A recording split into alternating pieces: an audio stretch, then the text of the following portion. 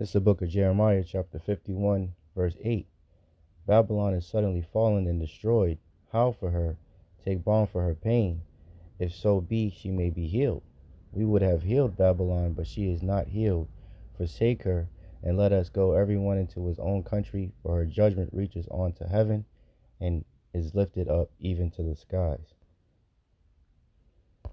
So while, you simple Americans argue and bicker and go back and forth about which clown you want to elect, for president of Babylon, the economists are saying that it doesn't matter which one gets in, the Babylon will still continue to fall. First and foremost, before I get started, I want to thank Yahawah, Bahasham, Yahawashi for putting the spirit on me to do this lesson. And I want to give all praises, honor, and glory to Yahawah, Bahasham, Yahawashi, Bahasham Rakakadash. I want to give double honors to the apostles and the elders of GMS who teach and rule well, taught me this truth. Salutation, you brothers and sisters that are out there listening and learning, fighting this good fight of faith. And salutation, my fellow brethren that are pushing this word in all truth and sincerity. To you all, I want to say shalom. And open prayer that this lesson be edifying to the elect. So, no matter who you choose, Babylon will still lose, man. So this is an article from Zero Hedge, and it was published yesterday, November 1st, 2024, the hopeful year of Jacob's trouble, as coined by the beloved apostle Tahar. And I'm just going to read a little bit of this. So it says, after Halloween, the economy could get spooky. And it says, the presidential election is on November 5th, and radical economic promises abound. The very next day, the Fed will meet to decide on more interest rate cuts. Gold and silver are holding all-time highs. With all these factors and more after Halloween, we will see just how spooky things can get for the U.S. economy. It says markets are trying to figure out who will win the election. It says Trump trade advocates think that a second Trump administration is coming, and a bullish indicator as his promises to deregulate and lower corporate taxes come to fruition. Contrasted with Kamala Harris's constitutional questionable plan to give handouts to African Americans, and we're not African or American. These are the Israelites from the tribe of Judah. As her support with the demographic wanes, markets appear to defer the former. But as Peter Schreff recently pointed out on his podcast, bullish markets sentiment doesn't mean the economy is in good shape. It's in big trouble regardless of who wins. Right? So let's get that scripture real quick. This is the times that we're living in, man. Ecclesiastes 12:3, in the day when the keepers of the house shall tremble, right? The keepers of the house are the economists, right? And there's lots and lots of reports of these economists getting worried and scared. It says in the day when they shall tremble, right? And these are the times that we're living in.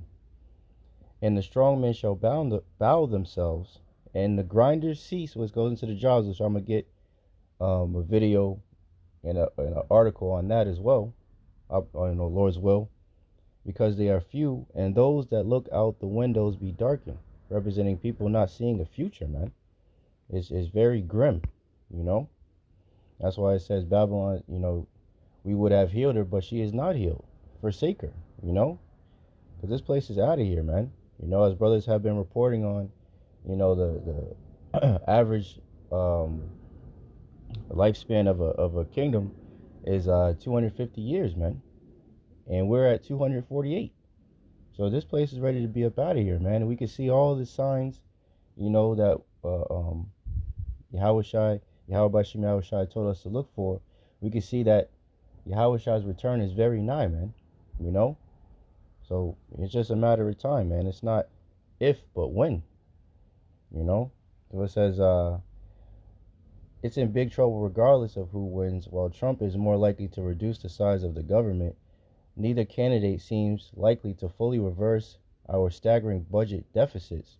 We have low interest rates and a growing economy, but a completely dead manufacturing base and a commercial real estate market that's teetering on the brink. Trump has promised to eliminate the income tax and replace it with tariffs, but you can't do that in a country that doesn't produce anything, as Peter said. Let's jump down to here. It says, the inflationary period in 1970 came after a 2-year lag in money supply growth, portending a massive decline in the dollar's purchasing power in the next 24 months, no matter who wins this November. The spooky economy will just keep getting spookier, and unfortunately, neither Kamala Harris's plan to quote unquote invest in Judites nor Trump's plan to replace the income tax with tariffs overnight are anywhere close to being viable solutions that can save it, man. So this place is ready to get up out of here, man. Let's get a video. Slovakia. So this is from the Atlantis report. This is fair use. Right, this is for educational purposes only. And it says the Fed knows the U.S. dollar is in serious trouble. So we'll watch a couple minutes of this. Analysts have been warning of the dollar's impending doom. I don't want to be overly dramatic, but I think I will use the word doomed. The Federal Reserve, which is responsible for overseeing the nation's monetary policy and maintaining financial stability, has made a surprising admission that has had a significant impact on financial markets and sparked debates among economists and policymakers.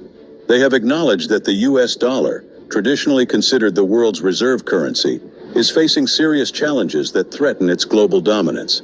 This admission has implications not only for the American economy, but also for international trade and finance.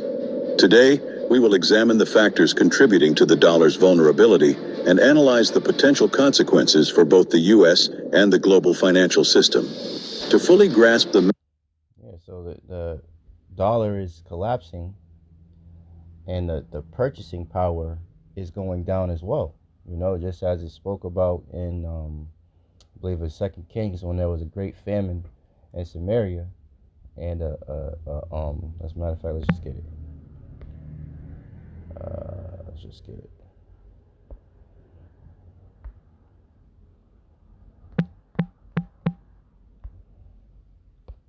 Second Kings 6:25, and there was a great famine in Samaria, or Samaria, and behold, they besieged it until an ass's head, right, a donkey's head, was sold for 80 right, 80 pieces of silver, right? A score is 20. So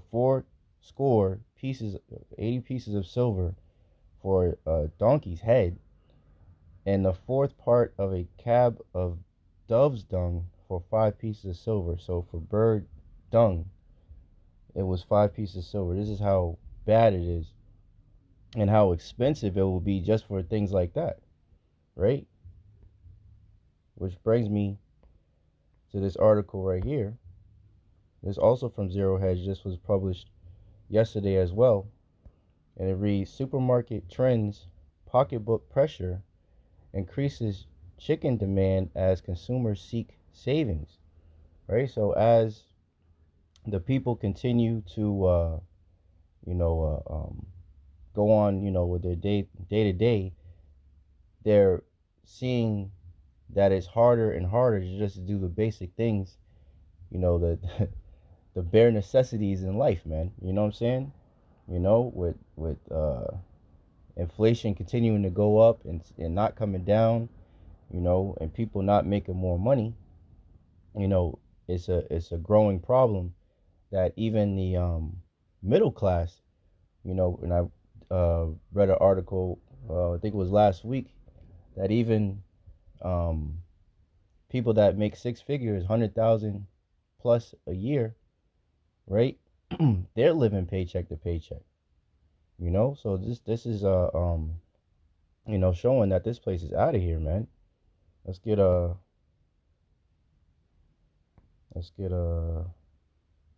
me see.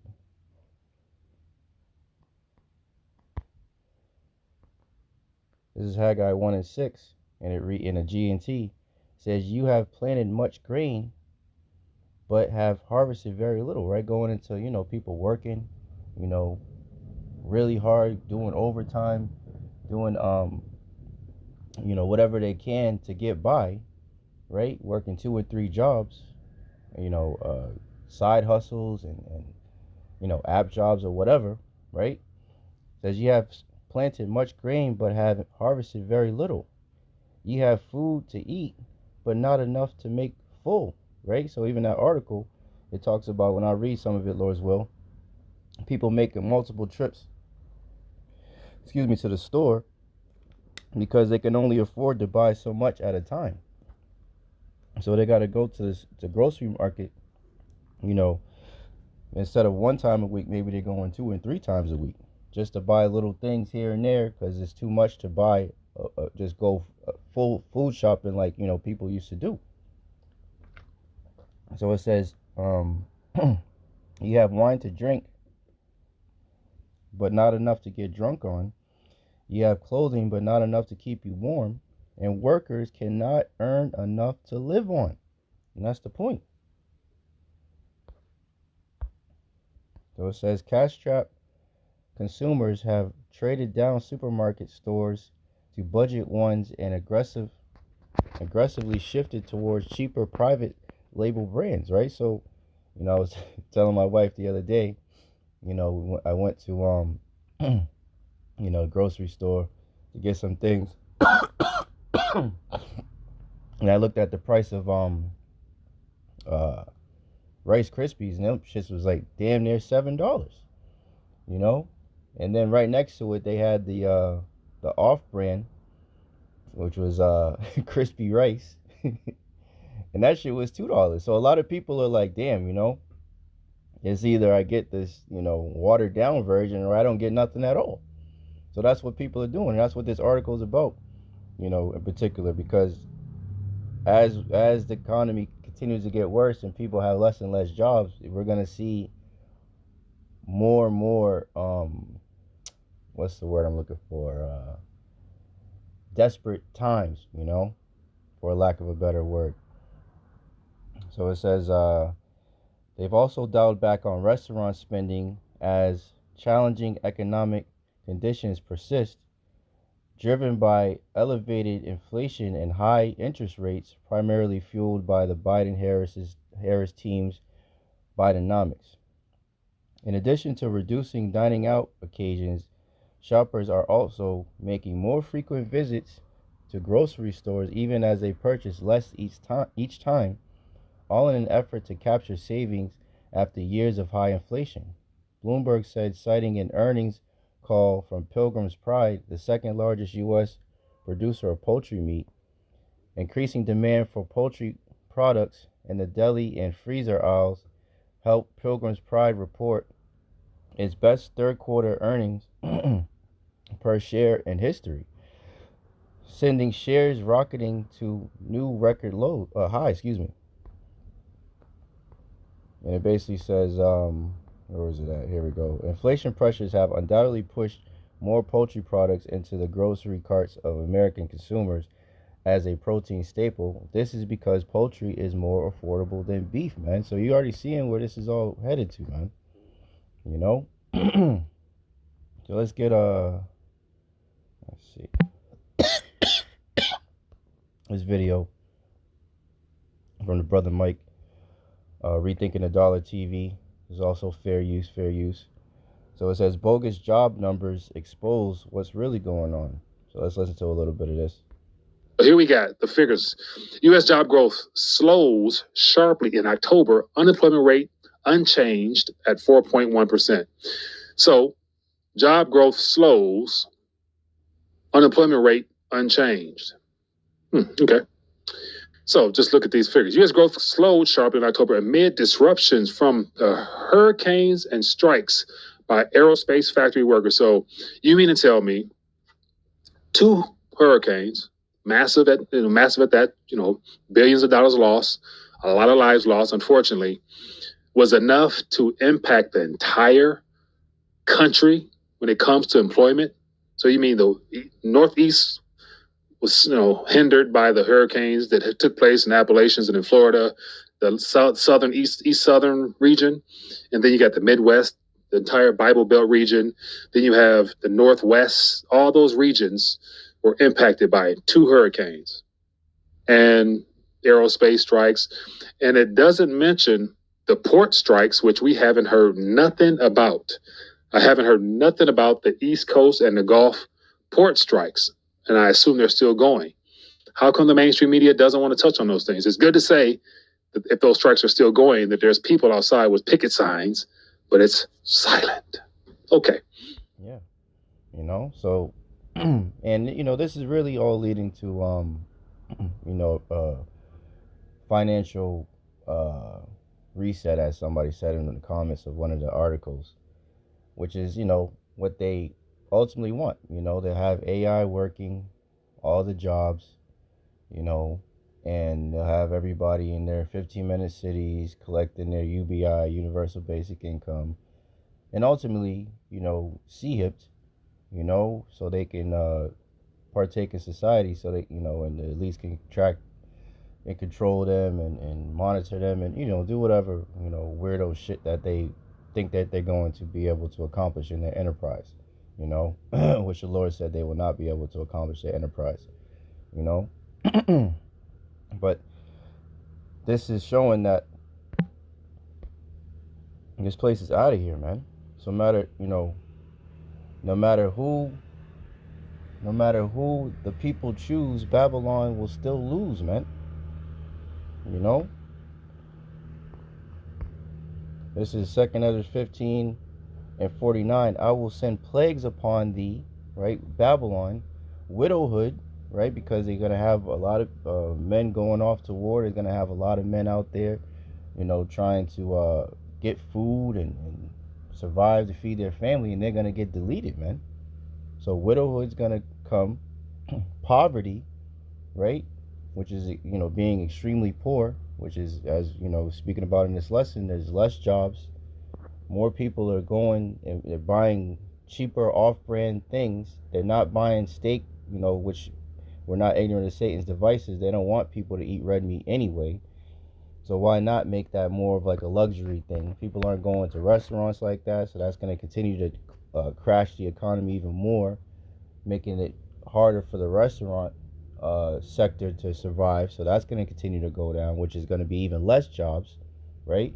So this is all, a calculated plan by the elites, but first and foremost by Yahawah, Bahasham, Yahawashi, to bring this bitch down, man. I will send plagues upon thee, widowhood, poverty, famine, sword, and pestilence, to waste thy houses with destruction and death, man. That's what's coming, man. Nothing but hard times are coming to Babylon, man. Isaiah 19 and 15, neither shall there be any work for Egypt, right? This is spiritually Sodom and Egypt. And Egypt goes into bondage when you read Exodus 20 in the second verse. Damn, this nigga's crazy, Salakia.